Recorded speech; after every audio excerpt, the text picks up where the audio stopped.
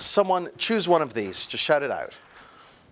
Quick. Do you mean the whole sheet of paper? No, one heading, one thing that you think's particularly interesting. What was it? Metaphors. Okay, and someone else choose one? Metaphor. Okay. Metaphors, meta model. What we're going to do is we're going to play 6 degrees of integration. So we've got metaphors, and we've got meta model. Now if I say, well, they both got the word meta in them, so that doesn't count. That's not a good enough connection. So what I need to do is figure out a way to get from one to the other. My assertion is that you can get from any part of NLP to any other part of NLP with reasoned and meaningful steps, without cheating, basically. So metaphors. The idea of a metaphor is that it comes from the Greek, meta meaning over, and pherin meaning to carry. So a metaphor is something that carries over meaning from one thing to the other. And it's how we make meaning of the world.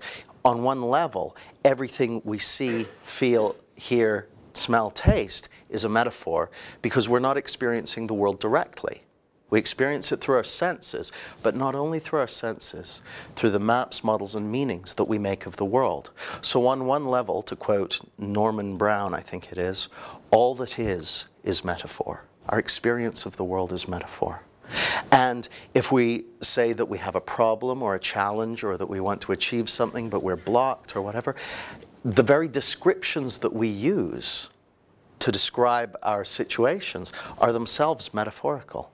If someone says, I want to do the work that I love doing, but I feel like something's holding me back. The very thing, the words that they say, I feel like something's holding me back, that's a metaphor, but they're actually acting it out physically. You'll see them holding their hands out. I feel like something's holding me back. Now the meta model, so on one level, you could say that people are in the trance of metaphor. They're using words that describe, they're using metaphorical words to describe their situations. The meta model is for getting people out of that trance, for connecting them more closely with the world of things and experience, to some extent getting them back to the data. So it's about, metaphors are useful. The meta model helps you to identify what the metaphors are that people are using and then clear away the ones that may not have been useful and get to the data, so to speak.